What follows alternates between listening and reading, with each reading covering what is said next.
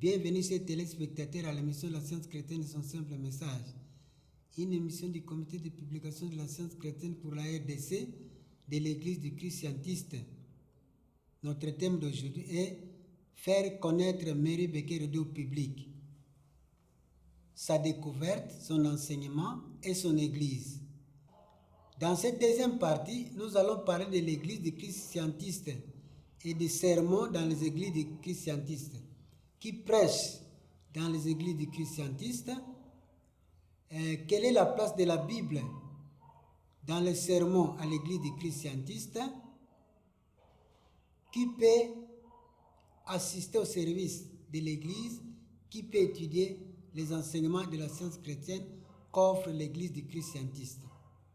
Est-ce que tout l'enseignement de la science chrétienne se trouve dans Sciences et Santé? Oui, l'enseignement complet de la science chrétienne se trouve dans Sciences et Santé. Les enseignements sont inspirés de la Bible et Mary Bekeredie, comme nous avons une fois dit, a étudié la Bible toute sa vie. Et les idées qu'elle a découvertes dans la Bible, c'est ce qu'elle a écrit dans Sciences et Santé avec la clé des Écritures. Donc la Bible contient les textes originaux et Sciences et Santé les explique. Sciences et Santé nous aide à mieux comprendre la Bible, et non pas seulement cela, mais il nous aide aussi à faire revivre le christianisme primitif et son œuvre perdue de guérison. Merci. Alors, quelle est la mission de l'Église du Christ scientiste? La mission de l'Église du Christ scientiste, c'est de guérir. L'Église du Christ scientiste fait revivre le christianisme primitif, comme je venais de le dire, et il fait revivre son œuvre perdue de guérison. Et ici, la guérison, c'est un terme vaste qui comprend la guérison de la maladie, la rédemption du péché et la résolution de tous les problèmes qui se posent dans la vie de l'homme. Tous ces problèmes complexes peuvent être résolus. Et quand ils sont résolus grâce à la prière, ça fait partie de la guérison. Mary Bekeredie parle de la mission de son église dans le manuel de l'église mère, le manuel de l'église mère qui comprend les statuts de l'église. À la page 7, dans l'aperçu historique, il dit ceci. À une réunion de l'association scientiste chrétienne, le 12 avril 1829, la motion suivante, présentée par Mrs. Eddy, fut adoptée.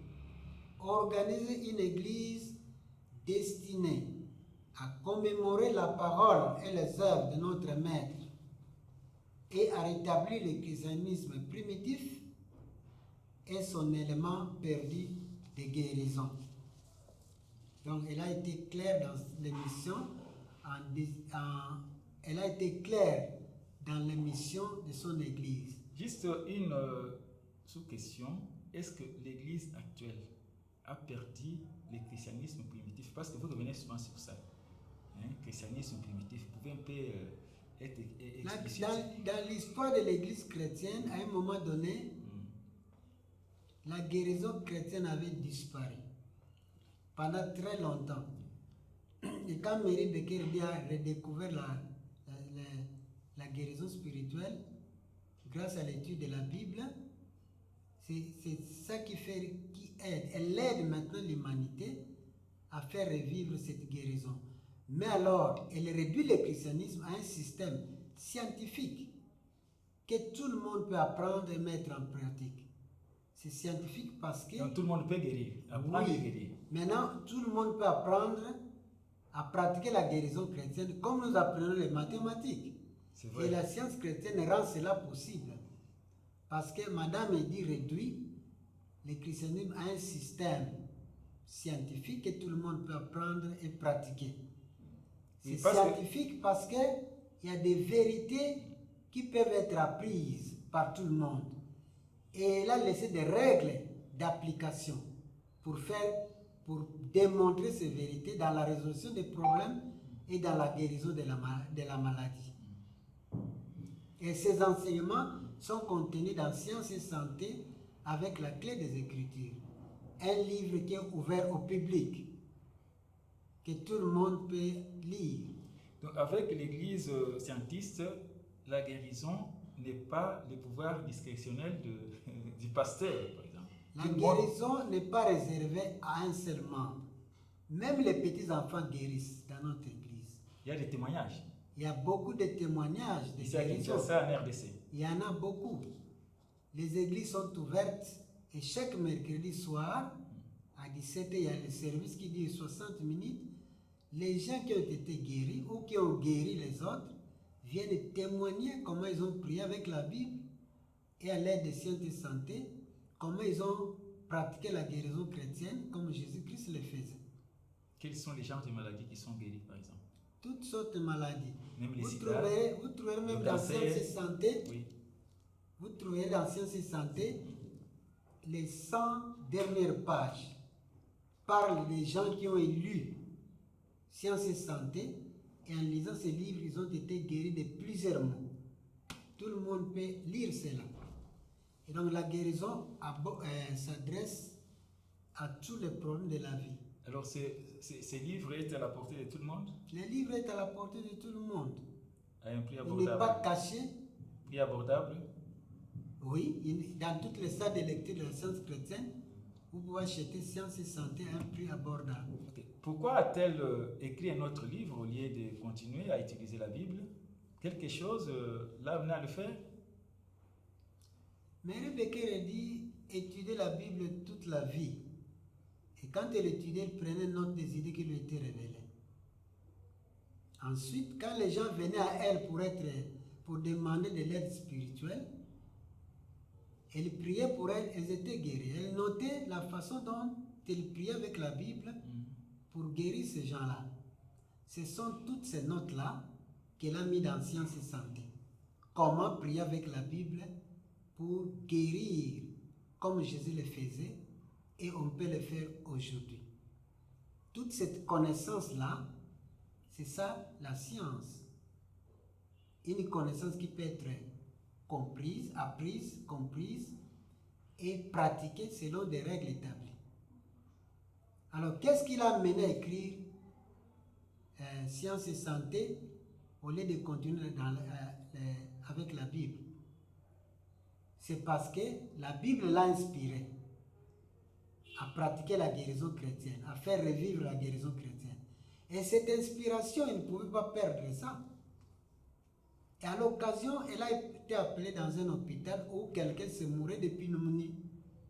Les médecins ont tout fait qu'il n'a pas pu guérir ce cas-là. Et quand on a fait venir Mary Becker, elle dit, devant les médecins, elle a guéri cette personne dans quelques minutes. Et puis le médecin lui a posé la question. Je parle du médecin de la médecine moderne qui a apprécié cette guérison. Il lui a posé la question si elle avait un livre qui expliquait son système de guérison, sa méthode de guérison. Et quand elle a dit non, le médecin l'a encouragé à écrire un livre pour expliquer au monde entier sa méthode de guérison. Et ce livre, c'est Sciences et Santé avec la clé des Écritures. Merci beaucoup, Monsieur Makengo.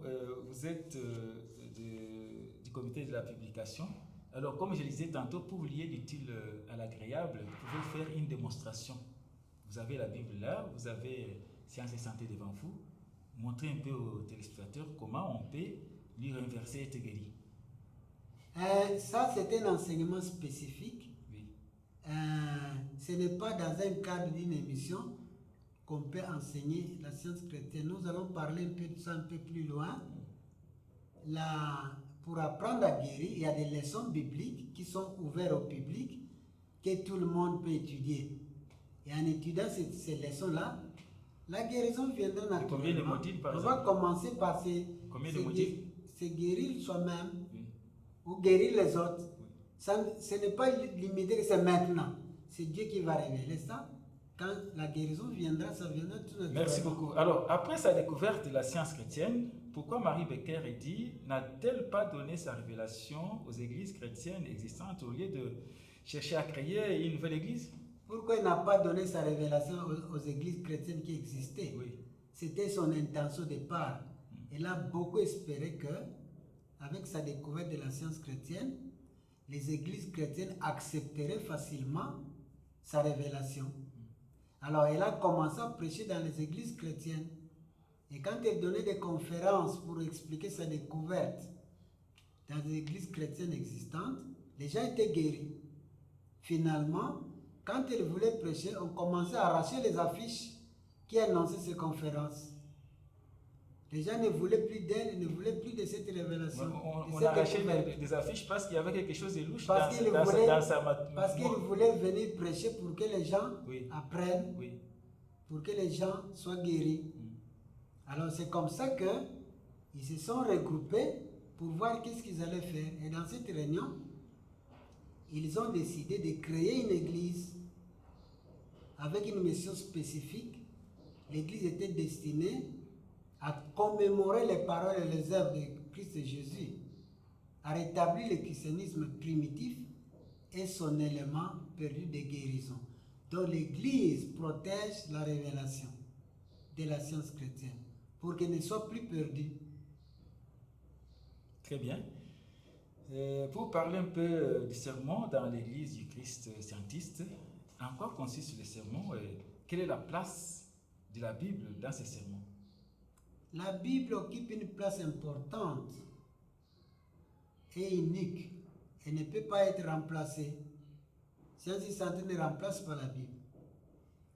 La Bible contient les textes originaux des Écritures. Science et santé les explique. L'Église n'a pas de pasteur personnel. Donc un homme qui prêche, il n'y en a pas. Mais Rebecca a ordonné la Bible, Science et santé, comme pasteur impersonnel pour prêcher dans l'église du Christ scientiste. Le sermon lui-même est composé de passages de la Bible. Le pasteur personnel et impersonnel, ça veut dire quoi? Le pasteur personnel, c'est un homme qui prêche. Ici, le pasteur impersonnel, au lieu d'un homme, ce sont les livres qui prêchent, la Bible, Science et santé. Et le sermon est composé des passages de la Bible et des explications que donne Science et santé. Ces leçons bibliques sont étudiées par les membres tout au long de la semaine et par tous ceux qui veulent apprendre à connaître la Bible d'une façon systématique. Tout le monde peut étudier ces leçons. Alors qui est appelé à prêcher? Et ensuite, y a-t-il des pasteurs ou des prêtres qui est appelé à prêcher dans... Je disais qu'il n'y a pas de pasteur personnel, il n'y a pas d'évangile personnel. Donc, il n'y a pas un homme qui prêche comme tel. Si on veut dire, on veut prendre prêcher au sens populaire du terme. Donc, il n'y a personne qui prêche, mais il y a un pasteur impersonnel. La Bible et Science et santé. Mais guidé, donc l'auditoire est guidé par quelqu'un quand même, un modérateur. Voilà, je vais y arriver. Je disais que ce sont deux livres qui prêchent, la Bible et Science et santé, avec la clé des Écritures. Et le sermon est composé des passages de la Bible et Science et santé. Cette leçon est lue tout au long de la semaine par tous les membres et tous ceux qui s'intéressent à prendre la Bible, les Écritures d'une façon organisée. Ensuite, les membres élisent deux personnes. L'un lit dans la Bible et l'autre lit dans Science et santé. C'est souvent un homme et une femme qui sont choisis, qui sont élus pour lire pendant 3 ans. Et après 3 ans, on peut élire d'autres personnes. Et on les appelle des lecteurs. Le premier lecteur, c'est lui qui lit dans Science et santé. Le second lecteur ou la seconde lectrice, c'est celle ou celui qui lit dans la Bible. Est-ce qu'il y a-t-il un avantage d'avoir un pasteur impersonnel dans une église alors qu'un pasteur personnel pouvait discuter avec le fidèle directement? Évidemment, c'est tout naturel pour les hommes. Donc j'ai des préoccupations, je me rends à l'église, j'échange, écoutez, j'ai ça, mais discuter avec, faire d'un livre un interlocuteur, ça devient un peu compliqué. C'est normal pour les hommes, pour tout chrétien, de s'adresser à un pasteur personnel parce qu'il peut lui poser tous ses problèmes, dialoguer avec lui. Mais aussi, au début, Mary Becker dit prêcher dans son église. Il a même demandé aux autres membres de commencer à prêcher. Mais en prêchant, les gens ajoutaient du sel et du piment. Oui. Donc ils apportaient les points de vue personnels dans l'évangile. C'est comme ça qu'il a supprimé l'évangile personnel. Il a instauré la Bible elle-même de prêcher. Et Sciences et Santé explique ce que la Bible prêche. C'est ainsi que les leçons bibliques existent. Tout le monde lit ces leçons et le dimanche, on vient les écouter. Écouter la leçon comme un sermon. Les deux personnes lisent sans commenter. Et chacun est inspiré selon ce que Dieu lui l'inspire à travers ce qu'il a écouté. Bien, alors les avantages. Vous n'avez pas des avantages oui. d'un pasteur impersonnel. Le pasteur impersonnel, vous pouvez l'emporter partout où vous allez. Vous pouvez le mettre dans la poche de votre sacoche Oui. et avec lui en voyage. Dialoguer avec lui à tout moment. Vous pouvez le mettre sous votre oreiller. Vous pouvez le mettre dans votre tiroir et partir en voyage. Quand vous revenez, il est toujours là, il vous attend. Vous pouvez dialoguer avec lui, mais le pasteur personnel ne va pas vous attendre dans un tiroir pendant très longtemps comme ça. Merci beaucoup. Le pasteur impersonnel continue à nous parler. On peut dialoguer avec lui à tout moment. Partout où on est, dans le bus, au marché, au travail, partout. On peut lui poser des questions et il va répondre. C'est ça l'avantage du pasteur impersonnel. Il est avec nous, il nous accompagne partout où nous allons et dans ce que nous faisons. Très bien. Alors, à part sa découverte de la science chrétienne et la fondation de son église, Mary Becker Eddy a-t-elle fait d'autres réalisations dans sa vie qui aident le monde? Oui, Mary Becker Eddy a fait beaucoup de réalisations qui aident le monde aujourd'hui. Au début de l'émission, nous avons parlé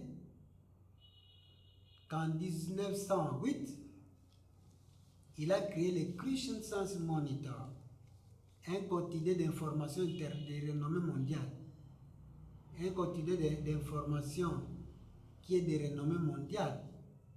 Le Christian Science Monitor est très connu. Il aborde les problèmes du monde entier avec sous l'aspect de trouver des solutions.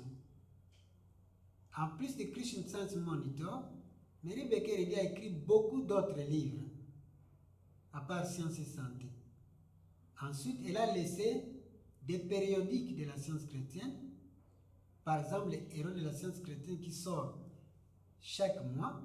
Il y a des articles qui guident ceux qui lisent à la spiritualité. Il y a aussi des témoignages de guérison là-bas. Il y a les Christian Science Sentinel en anglais qui sortent chaque semaine. Là aussi, il y a des articles et des témoignages. Et il y a le Christian Science Journal. Le Christian Science Journal qui est publié chaque mois en anglais. Il y a des articles. Et là, il y a les témoignages de guérison. Il y a aussi les répertoires qui donnent la liste de tous les praticiens de la science chrétienne. C'est-à-dire les gens à qui l'humanité peut tourner pour demander une aide spirituelle par la prière. Que vous soyez présent, que vous soyez à distance, les praticiens prient pour guérir ceux qui ont des problèmes de santé ou d'autres problèmes de la vie. Et ce répertoire international officiel donne les noms et les adresses de tous ces gens consacrés à la guérison, qui font carrière dans la guérison spirituelle. Très bien. En plus de tout ce que je venais de dire, elle a laissé la société d'édition de la science chrétienne, Christian Science Publishing Society, qui est basée à Boston aux États-Unis, là où il y a le siège de l'église. Cette société continue à publier ses œuvres et les périodiques et le Christian Science Monitor, tout cela accompli en tant que femme. Dieu l'a aidé à accomplir tout cela. Merci. Alors, qu'est-ce que Marie Becker dit apporte de neuf à l'Église chrétienne en général? Et souvent, c'est la question que les journalistes me posent et beaucoup d'autres pasteurs des églises évangéliques posent la même question.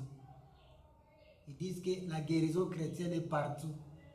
Mais qu'est-ce que Marie Becker apporte de neuf à l'Église chrétienne? Ce qu'elle apporte de neuf, c'est la méthode scientifique qui nous permet aujourd'hui, comme autrefois, de pratiquer la guérison chrétienne. Elle laisse cette méthode en sciences et santé pour que tout le monde puisse apprendre. Même si vous êtes seul, en étudiant cette méthode-là, la révélation viendrait, vous allez vous guérir vous-même. Vous allez guérir vos enfants, votre époux, votre épouse, les membres de votre famille. Si vous êtes chef de famille, vous guérissez les membres de votre famille. Ça, c'est la plus grande contribution que Marie Becker apporte à l'Église chrétienne et à toute l'humanité. L'Église chrétienne, si s'intéresse à la guérison chrétienne, comme elle était pratiquée à l'époque de Jésus, d'une façon scientifique, voilà, Science et Santé là, c'est un livre ouvert à tout le monde, pas seulement membres de l'Église du Christ scientiste, mais à toutes les églises chrétiennes et à toute personne qui veut apprendre à guérir comme Jésus le faisait. Ça peut être aussi le dernier mot de notre émission. Je vous remercie. Merci. Merci d'avoir suivi cette émission. Au revoir et à la semaine prochaine.